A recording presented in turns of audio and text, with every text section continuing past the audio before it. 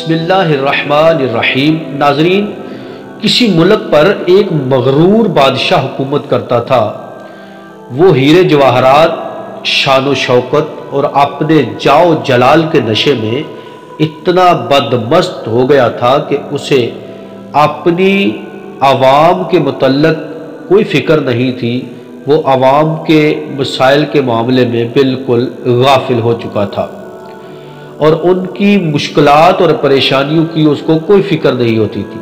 کچھ لوگ اس کے لیے بد دعائیں کرتے تو کچھ اس کے لیے ہدایت اور نیک توفیق کے طلبگار ہوتے تھے۔ ایک وقت آیا کہ جب خدا نے عوام کی سن لی۔ ہوا یہ کہ بادشاہ ایک دن نہایت شان و شوکت سے اپنے سپاہیوں کے لاؤ لشکر کو لے کر شکار پر نکلا۔ جنگل میں اسے ایک ہرن نظر آیا۔ اس نے اس کے پیچھے گھوڑا دوڑا دیا۔ ہرن کا تعاقب کرتے کرتے وہ بہت دور نکل آیا اور راستہ بھٹک گیا۔ وہ اپنے محافظ دستے اور تمام درباریوں سے بھی بچھڑ گیا۔ ادھر انہوں نے بادشاہ کو بہت ڈھونڈا، لیکن اتنے گھنے جنگل میں مایوسی کے سوا کچھ ہاتھ نہ آیا، اور یوں بھی عوام کی طرح بادشاہ کے سپاہی اور درباری سبھی اس کی اکڑ اور غرور سے تنگ آ چکے تھے۔ انہوں نے اپنے اس بادشاہ کی تلاش بند کر دی اور واپس لوٹ گئے۔ بادشاہ سارا وقت سارا راستہ تلاش کرتا رہا، لیکن نہ تو اسے اپنے محل کی طرف جانے کا کوئی راستہ ملا اور نہ اس کے درباری ملے۔ اسی دوڑ دھوپ میں اسے پیاس لگنے لگی، مگر کہیں بھی پانی نہیں ملا۔ میلوں چلنے کے بعد اسے بہت دور ایک جھونپڑی نظر آئی تو وہ خوشی سے پاگل ہو گیا۔ اس نے تیزی سے گھوڑا دوڑایا اور جھونپڑی تک جا پہنچا۔ وہاں ایک بزرگ بیٹھے عبادت میں مشغول تھے اور ایک طرف کونے میں پانی کا گھڑا رکھا تھا۔ بادشاہ نے بڑی بےتابی اور خشک زبان کو مشکل حرکت دے کر بزرگ سے پوچھا کہ ایک پانی کا گلاس مل جائے گا؟ ہاں مل جائے گا، مگر ایک شرط پر۔ بزرگ کی پرجلال آواز جھونپڑی میں گونجی۔ بزرگ نے کہا کہ ہاں پانی مل جائے گا، لیکن میری ایک شرط ہے۔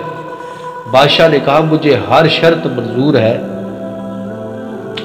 میں چونکہ اس سلطنت کا بادشاہ ہوں، بس مجھے پانی کا ایک گلاس پلا دو۔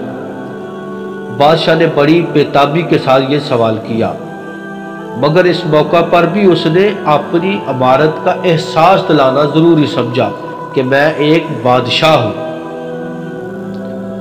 بزرگ نے کہا پہلے شرط سن لو، پھر پانی کا گلاس دوں گا۔ جو تمہاری سلطنت ہے وہ ساری کی ساری سلطنت میرے حوالے کرنی پڑے گی اور پھر ایک گلاس پانی دوں گا۔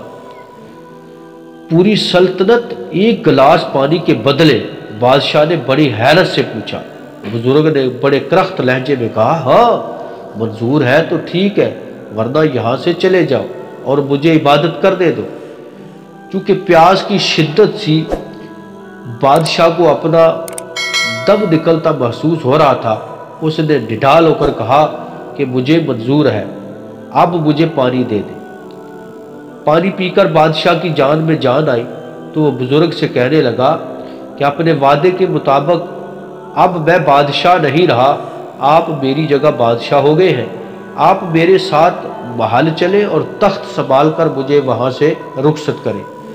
بادشاہ کی بات سن کر بزرگ نے مسکراتے ہوئے ایک بے نیازی کے ساتھ کہا جس سلطنت کی قیمت ایک گلاس پانی ہو، اس کی حقیر بادشاہت لے کر میں کیا کروں گا؟ یہ سن کر بادشاہ بہت شرمندہ ہوا۔ اسے اپنی اصلیت کا علم ہو گیا تھا اور وہ جان چکا تھا کہ واقعی انسان کے پاس دنیا بھر کے خزانے ہوں یا کوئی بڑی سلطنت، لیکن جب وہ مجبور ہو تو اس کی قیمت ایک گلاس پانی کے برابر بھی نہیں ہے۔ بادشاہ کے دل سے شان و شوکت اور اپنی امارت کا سارا ذوق و شوق اور ہر آرزو گویا جاتی رہی۔ اس نے خدا کا شکر ادا کیا کہ آج اسے ہدایت ملی۔ بادشاہ نے ایک اچھے بادشاہ کے طور پر زندگی بسر کرنے کا فیصلہ کر لیا۔ تب اس بزرگ نے بادشاہ کو گھنے جنگل سے نکالا اور محل تک پہنچایا۔